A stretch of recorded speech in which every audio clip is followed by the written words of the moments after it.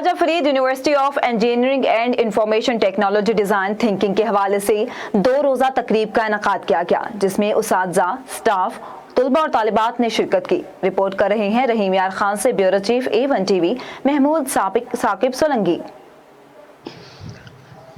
آگے بڑھنا ہے تو سوچ کو بدلنا ہے۔ نوجوان نسل میں روزگار کے نت نئے طریقوں کی جانب سے سوچ کو بدلنے کے لیے Khawaja Farid university of engineering and information technology میں ڈیزائن تھنکنگ کے نام سے 2 روزہ تقریب کا انعقاد کیا گیا۔ تقریب میں ماسٹر ڈیزائنر فیصل شاہ جہاں نے جدید زمانے کے تقاضوں کے مطابق نوجوان کو بااختیار بنانے پر زور دیا۔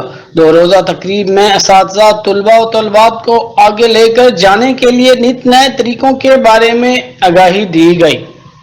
کیمرہ مین ٹیم کے ساتھ Mahmood Saqib Solangi, A1 T V, Rahim Yar Khan.